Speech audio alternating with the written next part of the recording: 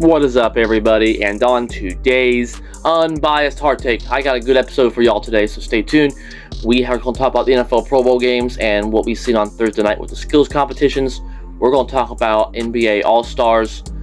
All the All-Stars are now named, and then we're going to talk about Purdue and IU's game last night because it was a classic in men's basketball. So, we're going to start into the world of the Pro Bowl because Thursday night the NFC took a lead going into tomorrow's events with the flag football game over the AFC, and the NFC is going for a three-peat. We'll see the Chiefs aren't the only one going for a three-peat these next few weeks, and really, I try to enjoy the Pro Bowl for truly what it is. And what it is, it's just a fun event, and like I've said it before. On our short take, on my short I did about the Pro Bowl a few days ago, that go back for that reference, about 5% of NFL players make the Pro Bowl. That's still a very small percentage. 95% don't even see the Pro Bowl, even with the alternatives. That includes the alternative numbers. I'm not a skewer on numbers. I'm going to give you the straight facts. So it's still an honor to be selected to the Pro Bowl. And let's be honest here at the same time, though. Two things can be true. That's what people forget. Two things can be true. That also, it's a far cry from what it used to be. It's not the tackle football game in Honolulu anymore where the AFC plays the NFC and it's actually a competitive battle where they actually tackle. But really, the NFL needs to... I really enjoy the skills competitions. The skills competitions were there in the 2000s. As a kid, I loved it. It's been a thing before and it was popular. So that's not a bad idea. It's worked before. So double down on skills competitions. The Pro Bowl, in my opinion, gets a lot of flack because of the flag football game. Flag football is not real football. Let's just be honest about that. And there's been a lot of jokes around the NFL that the NFL is going to go to flag in 20 years anyway. Ha ha ha, that joke. That running joke everyone talks about. So to play a flag football game in the Pro Bowl is actually kind of embarrassing. Just get rid of the flag football game. We don't want to see that. Double down on competitions. Do what you did on Thursday. I really enjoyed it. Jared Goff lit it up. 44 points. And Josh Jacobs set him up with that trivia. The trivia was cool. You had Sam Darnold with 39 points for the NFC. Burrow looked good with 27 points. In a limited time, his trivia partner didn't do so hot. You had that crucial catch where they had to put the mittens on and do the diving catch. And then you had the lineman spike. And they had a relay and dodgeball. I really love the dodgeball. It's one of my favorites. So just do those things on Thursday. And then on Sunday, do more of like a pass skeleton drill. Maybe a cone drill, 40-yard dash, a sled push. That's stuff we want to see. Competitions like that. Double down on that. Get rid of the flag football game. It's time to move on.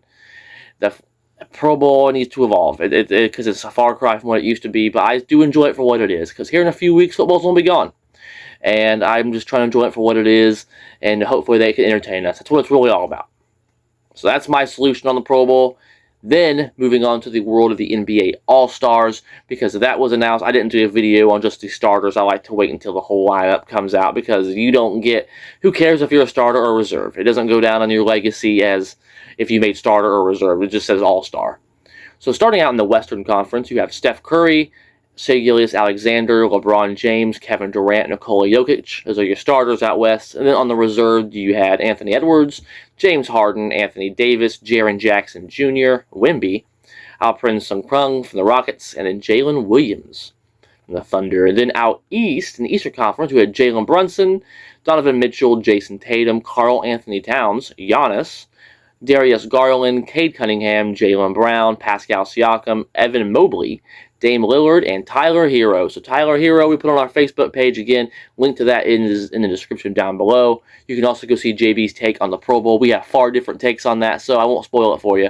Go check that on our Facebook page. Link is in the description down below. Me and JB do great content on there and on YouTube as well. So, when it comes down to the All-Star reserves and All-Star starters, I see a lot of people say that there's been a lot of people who were snubbed, things of that nature, and I actually don't think they got too far off. Tyler Herro, I want to say as a Heat fan, congratulations to him. We put that on our Facebook page. That's what I was getting to with that. Is first-time All-Star for him, very impressed, and I'll get into that here in a minute on why I defend that. And because I see Trae Young really was upset and posted on his social media that he was not selected to the All-Star team. But let's look here. Are there any, or LaMelo Ball? I've seen a lot of ones for that. So I'm actually going to start out west. I really love that the Rockets got some love with Sengun. I really do enjoy that. Steph Curry, SGA is probably the league MVP this year at this point. LeBron's going to always get in there, still playing good ball. KD's playing good ball. Jokic, one of the best players in the league. Edwards is looking decent. Timberwolves kind of underachieving, but that's about what I thought. Anthony Davis, we'll be looking at a reserve spot for him. Someone else might get an honor because he is injured, but that's deserving. James Harden, I will say this, though. I'm really impressed with James Harden. He's really revitalized himself with the Clippers this season, in another season where, of course, Kawhi doesn't play. Then you got, of course, Wemby. I can live with that. One of the best defensive players in the league. Spurs keep getting better every year. And Sengun from the Rockets, they're actually a top 3, top 4 team out in the West right now. So they need to have an all-star in there. That's the right call. And then Jalen Williams for the Thunder. He's had a very good and quiet season. Jaren Jackson Jr. as well. I think that's a good selection as well. So a lot of the issues aren't out east. I'm out west, excuse me. I really don't have really any issues because Jalen Brunson deserves, Donovan Mitchell, Jason Tatum, Karl Anthony Towns, Giannis, Garland. Okay, maybe you could say that, but the Cavs' success compared to the Hawks' success, yeah, the Cavs did have 3 All-Stars, but I mean, when you're the top team and out east, even over the defending champions right now, out currently in these standings, that's going to happen, guys. They absolutely deserve to have it, and when you win, people can't complain. So you can't argue against a team currently that actually has a 5.5 game lead on Boston right now with an .813 win percentage. And even out west, if you want, they even have a better record than the Thunder. They're the best record in the league. So you can't make any arguments with that, in my opinion. And then Cade Cunningham, he deserves it absolutely, has the Pistons back on the map. They have entered the chat. Jaylen Brown's playing awesome ball. Pascal Siakam, I'll say even. He's the best player in the Pacers. I've been saying that for a long time. I'm looking at Pascal Siakam. He's averaging more points, better field goal percentage, and more rebounds than Tyrese Halliburton is. That's just the facts. So then the argument comes for LaMelo Ball. Because, of course, then you got Dame Lillard. He deserves to be in the All-Star game, absolutely. And Tyler Herro. Let's just get the facts down here, guys. LaMelo Ball plays for the Hornets, who are 12-33. People say, oh, team success shouldn't matter for that. Bullcrap. Yeah, it absolutely does. Because if you're an all-star player, you want to elevate your team, not have them out of the play-in. To be in the all-star game, you should at least have to be in the play-in. Come on. That's not really a hard feat to accomplish, in my opinion, especially if you're an all-star player. You should at least be in the play-in. Where the Hornets are currently 12-33. Tyler Herro has currently, I have all the numbers right here. 24.1 points a game, 47% from the field, 5.6 rebounds a game, 5.4 assists. Ball, 28.2 points a game. Okay, he's averaging 4 more points, Chandler. What are you talking about? Plays for the 12-33 Hornets compared to the Miami Heat, who are tied for the 6th seed. That's number 1. Field goal percentage, 6-point difference there. 6 percentage difference. Herro, 47.4%. Ball, 41.9. 5.3 rebounds a game. Averages less rebounds. Yeah, 7.3 assists. But then taking into the fact that Tyler Herro's played 45 games. Has the Heat on the cups of not even playing in the play-in currently. In a season where Jimmy Butler's, it's been a distraction all year long. Bam hasn't played, maybe he's still played good ball, averaging double-double, but not quite the ball he's used to being played. And Tyler Herro's really stepped up in the midst of all the drama with Jimmy and all of that. All those suspensions. He's really stepped up and has the Heat on the cusp of another playoff berth. And the Hornets aren't even going to stare the playoffs in the face. Just saying. And then you could, and also 45 games played for Herro again, and then 31 played for Ball. Availability is the best ability. That's all I'm saying. So then Trae Young, he actually was upset, and he might have his best case for being upset out of the whole league. Because, yes, he is averaging a double-double at 22.5 points a game, but Herro's averaging more points at 24.1. Okay, like I said, he's averaging a double-double, 11.4 assists, one of the best passing guards in the league. And the Hawks are in the play-in, but the Hawks are currently the 9th seed with the losing record. The Heat are tied for the 6th seed. And the fact that you also have to look at the fact he's shooting 40% from the field, guys. Tyler Herro is shooting almost 10% better than that at 47.4. So efficiency, team success is better for Herro. He's averaging more points. Only thing really Trae Young has is assists on him. So I could see where Trae Young might be maybe the most snubbed player in the league this year. But I do think they got it right with Tyler Herro. I've been saying for years that I expected Tyler Herro to step up and become that all-star player, and I had actually about given up on that. I've been talked about it on the podcast even last year. But, in kind of reflection, he's kind of proven people wrong. Last year, He got us out of the play-in in a season where, again, Jimmy was hurt in the playoffs, wasn't available. And he got us out of the play-in, led us to the playoffs, got us that playoff berth. And this season has really elevated to a point now to where the Heat are, even without Jimmy again, on the cusp of the playoffs. And also, I do want to say Norman Powell out at West. If anyone should be upset, it should be him, because he's having a career year. Really, he used to be more of just a bench type of guy, but he's really evolved, averaging 24.1 points a game. I'm almost shooting 50% from the field, guys. He's shooting better from three than Trae Young is from the field, at 43.6% from three. Like I said, Trae Young's only shooting 40% from the field, guys. So Norman Powell also, I do want to mention him. He was a bit of a snub as well, because the Clippers currently are the 6th seed.